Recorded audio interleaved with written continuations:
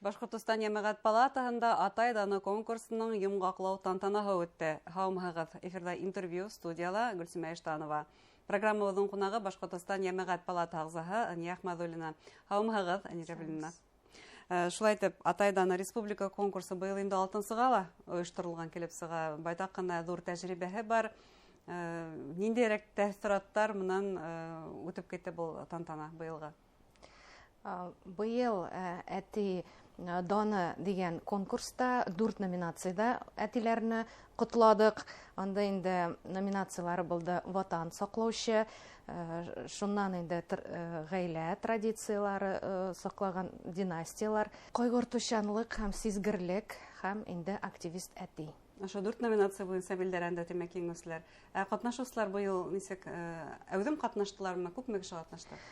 Быел 178 анкета алдык килде безгә. Шуның инде 173-өн допускать иттек конкурска. Конкурсны комиссия каралгач инде 34 җиңүче ачыкланды. Нинди талаптар бар, ничек баһаланыгыз? Иң беренчедән без инде аның гражданлык һәм тормыш позициясын карадык. Бу төп шарт шулай бит конкурста. Шуннан инде менә җәмәгать тормышта нинди бар эшләре дигән кебек инде әйтеп була. Волонтерский деятельностьтә катнашамы. Шуннан инде балаларын ничек үстерә икәнен дә карадык инде. Балаларының ничек укыйлар, нинди хоббилары бар, нинди кружокларга йөриләр, достижениялары нинди бар. Шуннан тагында менә әти булып, менә нинди һөнәрләргә балаларын үрәтә. Шуннан семьяларында нинди традициялар бар, аларны ничек саклайлар алар. Менә төрле яктан карап, шушындай менә үрнәк алырдай әтиләрне җиңүче булып чыгарттырдык. Һәм еңүчеләргә нинди бүләкләр тапшырылды? Беләм, улар арасында медалдар да бар, шулай. Менә шундый әтиләргә диплом бирелде. Шуннан инде күкрәккә менә орден кебек әйбер бирелде. Шуннан спонсорлардан инде бүләкләр дә булды. Әлбәттә, бындай конкурстың максаты бик зур, гаилә традицияларын һаклау. Шулай да тагыла нинди максаттарда һәм билдәләп үтәшәгез бuna ошо конкурста тантанаһыннан һоң нинди хис-тойгылар кала атайларның үзләрендә? Бүген инде менә бөтен әтидә күңелләре йомшарып утырды дип әйтсәк тә була. Бик эмоциональ вакыйга булды. Менә бер-берсе белән таныштылар, күренеп торалар, белсәләр дә бер-берсен менә күрешеп, сөйләшеп, рәхәтләнеп вакытларын үткәрделәр. Шуннан инде мин уйлыйм, бәлки чактан ук менә балаларын ничек үстергәннәрен, әле алар кем булып менә күз алдында үткәндер дип уйлыйм. Бәлки чактан да менә үскәнгә хәтлем семьядагы нинди булган хәлләр Күңелдәге фотоальбомда караган кебек булгандыр инде бу, шулай дип хис итәм. Нинди атайлар турында бүген һөйләргә теләр идегез буна? Беренче мисал китереп киттегез әле шул гаилә институтын бүгенге җәмгыятебездә хаклаган атайлар кемдер улар? Кемдер өлгөһендә без буны әйтә алабыз? Менә 178 заявка килде. Аларда бер әтиләрне дә олама дип тә, әйбәт дип тә, аерып булмай, бөтенесе дә достойный. Аларны бит инде районнардан җибәрәләр. Үзләре тутырмайлар алар анкетаны, аларны тәкъдим итәләр. Шуңарга күрә кем менә җиңмәгән, алар не менее достойный дип әйтеп була инде. Ләкин конкурс ул конкурс. Конкурс менә җиңгән менә Марс Ахиярович бар. Ул инде 86 яшь, аңарга балалар үстереп, үзе менә үзенең торган җирендә историяны изучать итеп, стеллалар воздвигать иткән кешеләр бар. Шуннан инде менә берсендә бөтенесен дә әйтеп китеп булмай инде. Менә әле утрам кемнеңдер менә 4 баласы да әле СВОда бер малайы вафат булган, менә шундай әтиләр дә бар. Ватан һаклаусыны тәрбияләгән атайлар, шулай герой атайлары. Герой атайлар. Бuna һез үзегез әйтеп киттегез, махсус хәрби операция яугирлары, уларның ата-әсәйләре бүген айрым игътибар үзәгендә. Улар һәр вакыт уларга ярдәм күрсәтелә, уларга терәк булырга тырышабыз.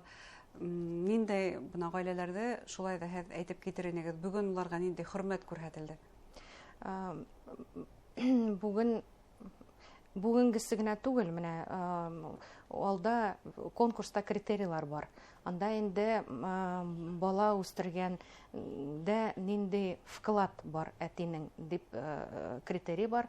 Анда инде бөтенебездә бердән булып высший балл дип әйтеп тә була, югары балл бирелде. Шуңарга алар җиңүче дә булып чыктылар. Аларга шулай ук диплом бирелде, нагрудной знак бирелде, шуннан инде бүләкләр бирелде. Аларны бөтен халыкның игътибары аларга басып тәбрикләдек, кул чаптык. Ну, менә әле шулай. Атайлар үзләре нинди тәэсиратлар белән таралышты саранан? Бuna улар өчен бу нинди сарахат әйтеп киткәнегез, улар аралашты, хәтта бер-берен танып та торалар кайберләре дип. Чыккан әтиләр менә шуннан инде сөйләшеп торганда да алар әйтәләр, менә пример белән генә балаларны үстереп була дип. И бүген менә балалар икенче төрле карайлар әтиләргә, икенче күзләр белән горурланып, шуңарга менә шушындай конкурслар үрнәк алырга эшләнгән бит инде ул. Шушындай әтиләрне күрсәтеп, алар белән сокланып. Әйткәндәй, һеҙҙең конкурска ебәргән атайҙарҙың тарихтарына күҙ һалып ултырғай, уларҙың араһында хәҙер инде иҫләмәйем кемеһе булғандыр, ҡайһы райондан булғандыр, бер атайҙы һеҙ әйттегеҙ, күберәк райондан тәҡдим ителәр дип, уны үҙенең ҡыҙы сығарған тәҡдим иткән һеҙҙең конкурска. Бындай тарихтарда күп нәмә тураһында һөйләй, шулай бит. Әгәр балалар үҙҙәре тәҡдим итә икән, был инде атайҙың роле тураһында һөйләй. Әйе, безнең конкурста бит инде менә хәзер күп балалы ғаиләләр дә җиңүче булып чыкты. Анда 15 бала, 11, 9 бала үстергән, үзләренең генә балалары түгел, семьяга тәрбиягә алган балалар да бар. Шундай әтиләр. Әлбәттә, уларҙы йәмғиәтебеҙгә күрһәтеү, өлгө итеү мөһим, шулай бит. Һәм тағы ла һеҙҙең еңеүселәрегеҙ араһында үҙебеҙҙең бер экспертты таныным, ул да булһа әүҙем әлеге ваҡытта йәмәғәт эшендә күп эштәр башҡарған Твәйтәкстәрле баш районынан Хөсәйенов. Бына ул үҙенең, тимәк, ошондай әүҙем тормош позиция өсөн шулай уҡ баһаланды. Уның тураһында беренсе һүҙ әйтеп китһәгеҙ ине. Ол инде минем коллега дисәм дә була, ул предприниматель районында общественный помощник по защите прав предпринимателей. Шулай да ул ярдәм итә менә предпринимательләргә да, ярдәм итә үзенең балаларына да үсергә, ғаиләсе дә аның зур гына, бәләкәй түгел. Өлгө шулай бит. И менә гумпомощь белән бергә объединять итеп предпринимательләрне, Стерлебашский райондагы кешеләрне шулай үзе йөрөй.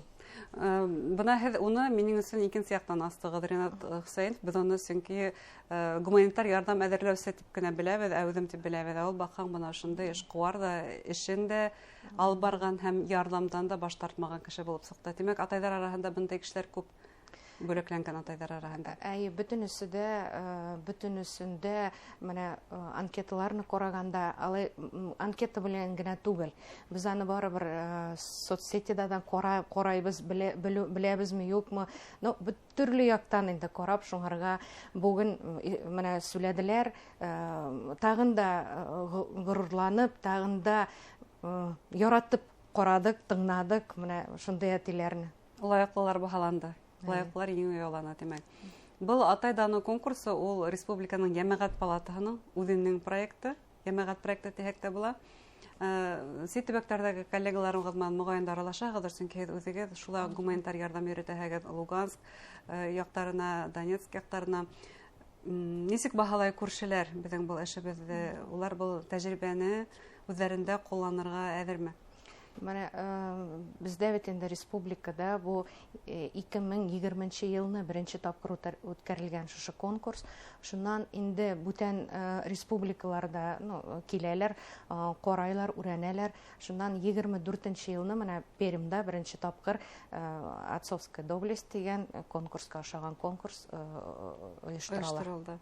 Димәк, бу тәҗрибә Рәсәйнең башка төбәкләрендә лә киң тарала дип әйтә алабыз. Әйе, шулай дип әйтә. Зур рәхмәт сезгә әңгәмәгезгә. Һәм атайлар шундай сынлап та үзләренең эшенә игътибар булһын дигән теләктә. Шулай бит. Рәхмәт.